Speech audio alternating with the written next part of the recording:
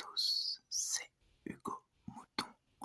On se retrouve aujourd'hui pour une vidéo sur la Mercedes de 2023, la W14, la 9e voiture présentée de l'avant-saison. Alors, la voiture de l'écurie ayant le mieux remonté durant toute la saison 2022, en tenant, malgré une philosophie très unique et pas forcément performante, une 3e place et à des moments même pouvant grappiller des victoires et à la fin de l'année pouvant mettre une pression à l'écurie Ferrari. Les 7 fois champions du monde se sont accrochés et ont terminé donc cette saison, comme je dis, proche de Ferrari, avec la victoire de Russell, la première victoire de Russell, et malheureusement la non-victoire de Hamilton, qui brise une série absolument magnifique. Depuis 2007, il n'avait pas fait une seule saison sans gagner une course. La présentation de la monoplace est probablement la présentation la plus surprenante, sans aucun doute, parce que je pense que personne ne s'attendait à qu'elle redevienne noire, à part si on avait vu les leaks. Vraiment, une monoplace qui redevient noire, pour un style superbe que vraiment j'adore. Le noir partout sur la voiture, avec des changements de couleur pour les sponsors. Certains restent en bleu Petronas, d'autres passent en jaune, un petit peu le jaune Hamilton, je dirais, parce que c'est une couleur qu'Hamilton a abordée de temps en temps. Donc un jaune plutôt pas mal, et avec des nuances de blanc et de gris sur la voiture qui sont vraiment super belles. Donc, probablement une des plus belles voitures de la saison, avec ces petits suppléments d'âme qui sont donnés. Et on va parler du technique. Le noir sur la monoplace, c'est décoratif et également c'est du carbone. Ils ont gratté encore et ils ont dû perdre énormément de poids sur cette monoplace, ce qui explique peut-être pourquoi ils ont utilisé le concept noir pour pouvoir gratter sans qu'on le sache, ou ce genre de choses, ce qui est une idée parfaitement intelligente, c'est très intelligent, ça permet aux autres écuries de pas trop savoir, on dit tous c'est assez vite dans un paddock, donc ça confirme totalement comment dirais-je, ce qu'on voit depuis le début des présentations. Le noir carbone est très présent sur les voitures, puisque la peinture fait gagner du poids. Donc pour en perdre, on a juste à enlever la peinture. Et c'est une suite logique pour toutes les voitures, quasiment. Une des plus grandes surprises de cette présentation, c'est également le concept des zéro pods. Il n'y a toujours pas de pods sur la Mercedes. Ils continuent dans leur philosophie qui n'était pas si bonne l'an passé. Bon, visiblement, ils persistent. L'aileron avant est changé comme l'aileron arrière qui est resurfacé, et le plancher a des nouveaux appendices aérodynamiques lui donnant un nouveau style. Alors personne n'a imité le style de l'Alfa Romeo jusque-là. En même temps, l'Alfa Romeo, j'ai vu des mèmes passer sur Twitter où vraiment les trucs ont l'air très pointus. J'imagine que si tu te prends une roue sur un pod de l'Alfa Romeo, tu crèves assez rapidement. Je suis plutôt content que peu d'écuries aient fait ça aussi. Peut-être que ça empêchera Alfa Romeo de continuer ce concept qui est, ma foi, fort original, mais qui pourrait être fort dangereux pour beaucoup de pilotes en course. Mais nous ne parlons pas d'Alfa Romeo ici, nous parlons de Mercedes qui donc a resurfacé légèrement son ponton et la coque de sa monoplace qui est d'ailleurs un peu plus épaisse. La carrosserie, elle a aussi un double capot moteur, un capot moteur à double étage, ce qui est assez original, ce que j'avais personnellement jamais remarqué sur des monoplaces, ou peut-être jamais vu même. Donc j'espère que ça leur donnera un avantage, ou qu'ils ont trouvé quelque chose de superbe qui leur fera gagner beaucoup de temps et qui leur fera enfin baisser en marsouinage. C'était l'écurie la plus touchée par le marsouinage l'an dernier, rappelez-vous. Passons au pilote.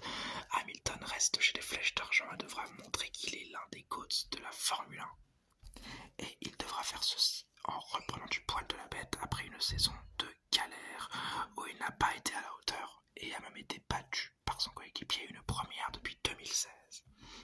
Il devra prendre la mesure de la voiture et régulièrement jouer la gagne pour être champion du monde, pour considérer cette saison comme réussie, parce que s'il n'est pas champion du monde, si la voiture n'est pas compétitive, il devra surnager et montrer que c'est un champion du monde et qu'il a le talent d'un champion du monde. Et si la voiture est bonne et qu'il n'arrive pas à battre Russell, ça remettra peut-être un peu en doute son avenir dans la discipline. Russell, quant à lui, devra continuer sa saison de l'an dernier où il était régulier et performant et il devra finir le meilleur pilote Mercedes en profitant des possibles améliorations de la monoplace pour aller chercher des victoires et peut-être un titre de champion du monde dès sa deuxième année dans l'écurie allemande. L'organigramme n'est pas trop changé, seul James Valls quitte le navire et est engagé par Williams en tant que directeur technique.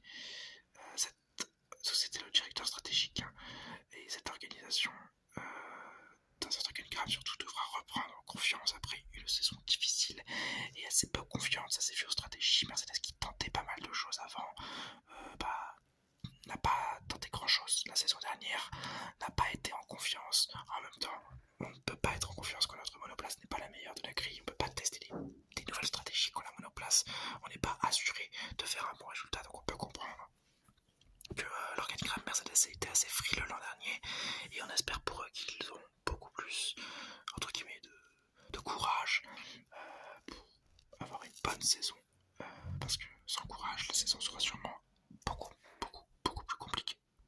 Enfin les objectifs, l'écurie se devra d'être première, finir première pour qualifier cette saison d'une bonne saison. Ah oui, on est Mercedes, on sort de 7 titres consécutifs, on ne peut pas faire autre chose que premier malgré 2 saisons. Pas une saison de galère, mais la deuxième elle est un peu plus galère.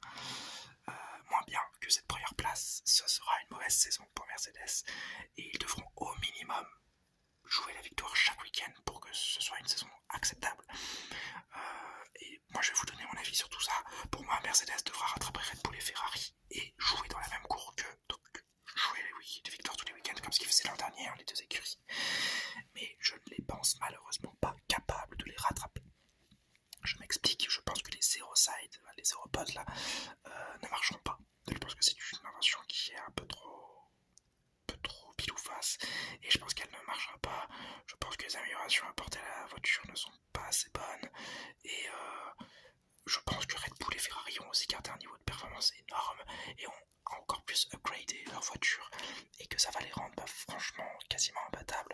Donc je ne pense pas Mercedes capable de surpasser les deux monstres que sont Red Bull et Ferrari. En plus de ça, je pense que l'organigramme va aussi être assez frileux cette saison, comme l'an dernier. Qu'on voyait si décontractés habituellement, ont été très frileux l'an dernier, et je pense que ça va récidiver. En plus, avec le départ de leur stratège chef, ça va selon moi être une saison assez galère pour Mercedes. Attendons tout de même les essais libres. Pour récapituler tout ça, la voiture est magnifique. La direction tactique et technologique de la voiture reste la même, à ma plus grande surprise.